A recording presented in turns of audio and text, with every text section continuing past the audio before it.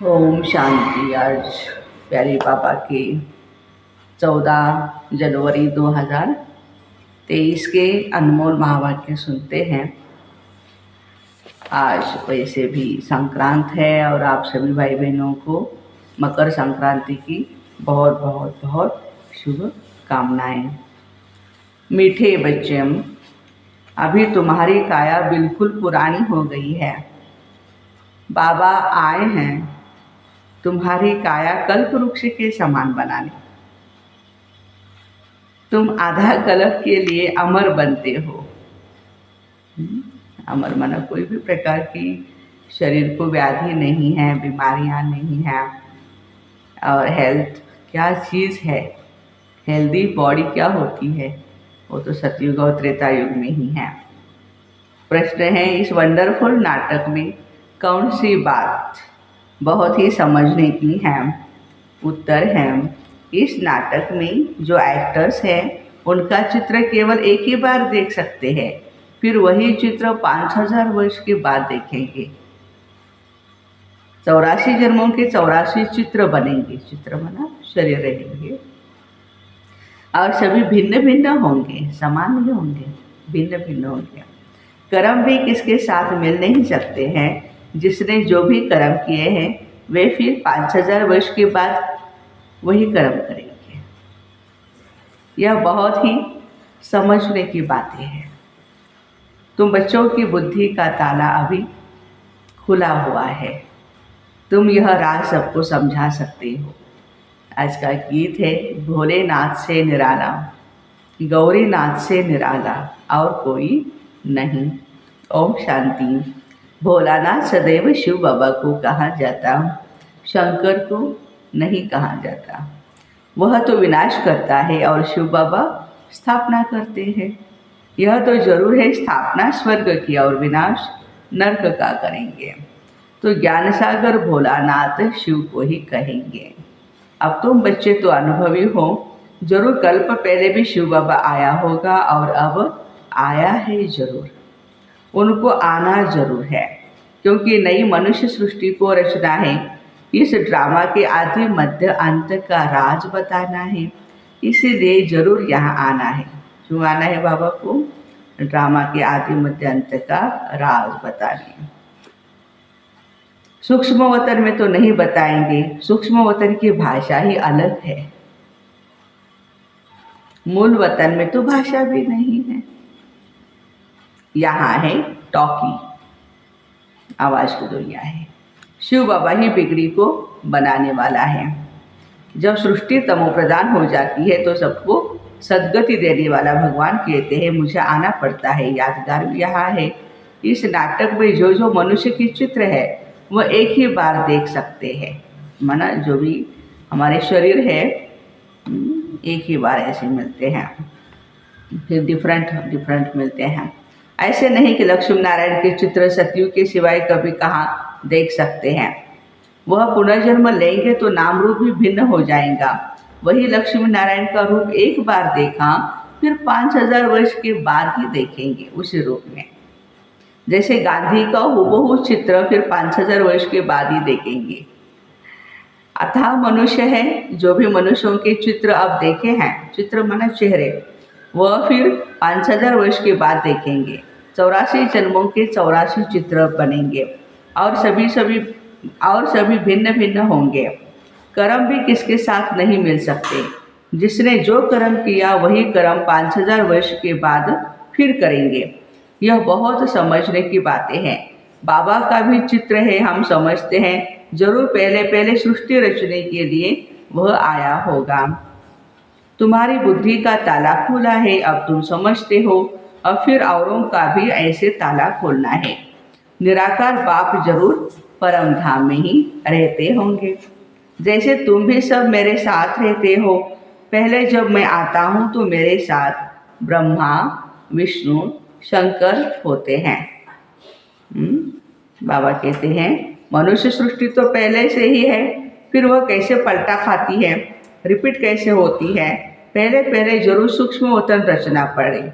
इस संगम युग पर बाबा को सूक्ष्म वतन रचना है, फिर स्थूल वतन में आना पड़ता है। क्योंकि मनुष्य जो देवता थे वह फिर शूद्र बने हैं, उनको फिर ब्राह्मण से देवता बनाना पड़े। तो जो कल्प पहले मैंने ज्ञान दिया था फिर वही रिपीट करूँगा। इस समय बैठ राजयोग सिखाता हूँ। फिर आधा कल्प के बाद भक्ति आरंभ होती है। बाबा खुद बैठ समझाते पुरानी सृष्टि फिर नई कैसे बनती है, अंत में फिर आदि कैसे होती है। मनुष्य समझते परमात्मा आया था, परंतु कब, कैसे आया, आदि मध्य अंत का राज कैसे खोला, ये भी नहीं जानते। बाबा कहते हैं मैं सन्मुख आया हूँ सभी को सदगति देने के लिए। माया रावण ने सभी की किस्मत बिगाड़ दी है। क्या बिगाड़ी है? किस्मत। हाँ, तो बिगड़ी को बनाने वाला भी जरूर कोई होना चाहिए ना। बाबा कहते हैं 5000 वर्ष पहले भी ब्रह्मा तन में मैं आया था। मनुष्य सृष्टि जरूर यहाँ ही रची है। यहाँ आकर सृष्टि को पलटाए कायाकल्प वृक्ष के समान बनाते हैं। अब तुम्हारी काया बिल्कुल पुरानी हो गई है। इसको फिर ऐसा बनाते हैं जो आधा कल्प के लिए तुम अमर बन जाते हो। भले शरीर बदलते हैं परंतु खुशी से। सतयुग और त्रेता युग में जो हम शरीर बदलेंगे खुशी से बदलेंगे। जैसे पुराना चोला छोड़ नया लेते हैं, वह ऐसे नहीं कहेंगे फलाना मर गया। उनको मरना नहीं कहा जाता है। सतयुग में मरना नहीं कहा जाता। जैसे तुम्हारा यह जीते जी मरना है तो तुम मरे थोड़े हो, तुम तो शिव बाबा के बने हो। बाबा कहते तुम मेरे नूरे रत्न हो। नशा चढ़ाइए अपने आप को, मैं आत्मा नूरे रत्न हूँ। सिक्की लदा बच्चा। शिव बाबा भी कहते हैं, ब्रह्मा बाबा भी कहते हैं, वह निराकारी बाप है शिव बाबा और ब्रह्मा है साकारी बाप। अभी तुम कहते हो बाबा आप भी वही हो ना, हम भी वही है जो फिर आकर मिले हैं। बाबा कहते मैं आकर स्वर्ग स्थापन करता हूँ, राजाई तो जरूर चाहिए, इसलिए राजयोग सिखाता हूँ। राजाई के लिए बाबा राजयोग सिखाते हैं। पीछे तो तुम्हारी राजाई मिल जाएगी तुमको, इस ज्ञान की वहाँ दरकार नहीं रहेगी। फिर यह शास्त्र आदि सब भक्ति में काम आते हैं, पढ़ते रहते हैं। जैसे कोई बड़े आदमी हिस्ट्री ज्योग्राफी लिख जाते हैं, वो पीछे फिर पढ़ते रहते हैं। अथाह किताबें हैं, मनुष्य पढ़ते ही रहते हैं। स्वर्ग में तो कुछ भी नहीं होगा, वहाँ तो भाषा ही एक होगी। तो बाबा कहते अब मैं आया हूँ सृष्टि को नया बनाने। पहले नई थी अब पुरानी हो गई है। मेरे सब पुत्रों को, है ना, आत्माओं को, बच्चों को माया ने जलाए राख कर दिया है। वह दिखाते हैं सागर के बच्चे। ज्ञान सागर तो बरोबर हैं, उनको उनके ही तुम सब बच्चे हो। भल बच्चे तो वास्तव में सभी हैं, परंतु तुम बच्चे प्रैक्टिकल में अभी बने हो ना। तुम्हारे कारण ही बाबा आते हैं, कहते हैं मैं आया हूँ फिर से तुम बच्चों को सुरजीत करने के लिए। जो बिल्कुल काले पत्थर बुद्धि हो गए हैं उनको फिर से आकर पारस बुद्धि बनाता हूँ। तुम जानते हो इस ज्ञान से हम पारस बुद्धि कैसे बनते हैं। जब तुम पारस बुद्धि बन जाएंगे तब यह दुनिया भी पत्थरपुरी से बदल पारसपुरी हो जाएगी, जिसके लिए ही बाबा पुरुषार्थ कराते। तो बाबा को जरूर मनुष्य सृष्टि रचने के लिए यहाँ ही आना पड़ता है। जिसके तन में आते हैं उन द्वारा मुख वंशावली बनाते। तो यह हो गई माता, ब्रह्मा है हमारी माता। कितनी गुह्य बात है तो यह मेल। इनमें बाबा आते हैं तो यह माता कैसे हुई, इसमें मूंझेंगे भी लोग। तुम सिद्ध कर बताते यह माता पिता ब्रह्मा सरस्वती दोनों कल्पवृक्ष के नीचे बैठे हैं, राजयोग सीख रहे हैं। तो जरूर उन्हों का गुरु चाहिए। ब्रह्मा सरस्वती और बच्चे सभी को राजऋषि कहते हैं। राजाई के लिए हम योग लगाते हैं। बाबा आकर राजयोग और ज्ञान सिखाते जो कोई भी नहीं सिखा सकते। न कोई का राजयोग है, वह तो सिर्फ कहेंगे योग सीखो। अनेक जितने भी योग है दुनिया में कहते हैं आप योग सीखो, लेकिन राजयोग नहीं सिखा सकते हैं। हठ योग के अनेक प्रकार होते हैं, है ना। राजयोग कोई सिखला नहीं सकते। भगवान ने आकर राजयोग सिखाया था। कहते हैं हमको कलप कलप फिर आना पड़ता है, जबकि मनुष्य सृष्टि रचनी है, प्रलय होती नहीं। अगर प्रलय हो जाए तो फिर हम आवे किसमें, निराकार क्या आकर के करेंगे। बाबा समझाते हैं सृष्टि तो पहले से ही है, भक्त भी है, भगवान को बुलाते भी है। इससे सिद्ध है कि भक्त है। भगवान को आना ही तब है जब भक्त बहुत ही दुखी होते हैं। कलयुग का अंत है, रावण राज्य खत्म होना है, तभी मुझे आना पड़ता है। बरोबर इस समय सभी दुखी है। महाभारत लड़ाई सामने खड़ी है। ये पाठशाला है ना, यहाँ एव ऑब्जेक्ट है। तुम बच्चे जानते हो सतयुग में लक्ष्मी नारायण का राज्य था, फिर सिंगल ताज वालों का राज्य हुआ, और धर्म वृद्धि को पाए। द्वापर युग में राजाई बढ़ाने के लिए युद्ध आदि हुए। तुम जानते हो जो पास्ट हुआ सो फिर रिपीट होगा। 5000 साल के बाद वही रिपीटेशन है। फिर लक्ष्मी नारायण का राज्य आरंभ होगा। बाबा वर्ल्ड की हिस्ट्री ज्योग्राफी का राज पूरा समझाते, डिटेल में जाने की दरकार नहीं। जानते हैं हम सूर्यवंशी है तो जरूर पुनर्जन्म भी सूर्यवंशी में ही लेते होंगे, नाम रूप बदलते होंगे, नाम और रूप बदलते होंगे, माँ बाप भी दूसरे मिलेंगे। यह सारा ड्रामा बुद्धि में रखना है। बाबा कैसे आते हैं वह भी समझ लिया। मनुष्यों की बुद्धि में वही गीता का ज्ञान है, आगे हमारी बुद्धि में भी वही पुराना गीता का ज्ञान था। बाबा गुह्य बातें सुनाते, जो सुनते सुनते सारे राज समझ गए। मनुष्य भी कहते हैं आगे आपका ज्ञान और था, अब बहुत अच्छा है, अब समझ गए हैं कैसे गृहस्थ व्यवहार में रह कमल फूल समान पवित्र बनना है। यह सबका अंतिम जन्म है, मरना भी सभी को है। खुद बेहद का बाप कहते तुम पवित्र बनने की प्रतिज्ञा करो तो 21 जन्म के लिए स्वर्ग के मालिक बनेंगे। यहाँ तो कोई पदम पति है तो दुखी है। क्यों दुखी है भाई? पैसा तो बहुत है, आखिरकार धन है उसके पास, फिर भी दुखी है। क्यों? काया कल्पतरु होती नहीं, बीमारियां लगी पड़ी है सारी। पेमेंट है 15,000, उसमें से 13,000 रुपया हॉस्पिटल में जाता है। क्या करेंगे फिर? बाबा कहते हैं बच्चे इतना योग पावरफुल बनाओ, योग इतना बढ़ाओ अपना कि सारे कर्म भोग चुकतू हो जाए, उसमें खत्म हो जाए, पाप भस्म हो जाए। तुम्हारी काया कल्पतरु होती है, तुम 21 जन्म मरते नहीं। बाबा कहते यहाँ आएंगे भी वही जो सूर्यवंशी चंद्रवंशी कामचिता पर बैठ सावरे हो गए। इसलिए राधे कृष्ण श्री नारायण सबको सावरा दिखाते हैं। अभी तो सभी सावरे हैं, कामचिता पर बैठने से सावरे हो जाते हैं। अब तुमको कामचिता से उतार कर ज्ञानचिता पर बैठना है। विष का हथियाला कैंसल कर ज्ञान अमृत का हथियाला बांधना है।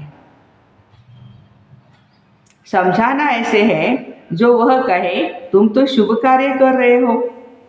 जब तक कुमार कुमारी है तो उनको मूत पलिती नहीं कहेंगे। बाबा कहते हैं तुमको गंदा कभी भी नहीं बनना है। आगे चलकर ढेर आएंगे, कहेंगे ये बहुत अच्छा है, ज्ञान चिता पर बैठने से हम स्वर्ग के मालिक बनेंगे। अक्सर ब्राह्मण ही सगाई कराते हैं, राजाओं के पास भी ब्राह्मण ही रहते हैं, उन्हों को राजगुरु कहते हैं, है ना। गाइडलाइन करते रहते हैं, शास्त्रों की बातें समझाते रहते हैं राजाओं को। आजकल तो सन्यासी भी हथियाला बांधते हैं। जो मंदिर देखो कितने पवित्र होने चाहिए, उसी मंदिर में भी आज क्या करते, शादी वगैरह सब कुछ कराते हैं, और ऐसे मल्टीपर्पज़ के लिए ही मंदिर भी बनाते हैं, तो पवित्र नहीं रह सकता वहाँ पर ना। तो तुम जब यह ज्ञान की बातें सुनाते हो तो लोग बहुत खुश होते हैं, झट राखी भी बंधवा लेते, फिर घर में झगड़ा होता है, कुछ सहन तो जरूर करना है। तुम हो शिव शक्ति सेना गुप्त, तुम्हारे पास कोई भी हथियार नहीं है। देवियों को बहुत हथियार दिखाते, यह सब है ज्ञान की बातें। यहाँ है ही योग बल की बातें। तुम योग बल से विश्व की बादशाही लेते हो, बाहुबल से हद की राजाई मिलती है। बेहद की राजाई तो बेहद का मालिक ही देंगे, लड़ाई की कोई भी बात नहीं। बाबा कहते मैं कैसे लड़ाऊंगा, मैं तो लड़ाई झगड़ा मिटाने के लिए आया हूँ। फिर नाम निशान भी नहीं रहता। तब तो परमात्मा को सब याद करते हैं, कहते हैं मेरी लाज रखो। क्या कहते हैं बाबा, मेरी लाज रखो। फिर भी एक में निश्चय नहीं तो और को पकड़ते रहते हैं। कहते हैं हमारे में भी ईश्वर है, और फिर अपने में भी विश्वास नहीं रखते, गुरु करते रहते। यत्र तत्र सर्वत्र भगवान है बोलते हैं। जब तुम्हारे में भगवान है तो फिर गुरु क्यों करते हो, इधर उधर क्यों भटकते रहते हो। यहाँ तो बात ही न्यारी है। बाबा कहते कल पहले मैं ऐसे ही आया था जैसे अब आया हूँ। अब तुम बच्चे जानते हो रचता बाप कैसे बैठ रचना रचते हैं। यह भी ड्रामा है।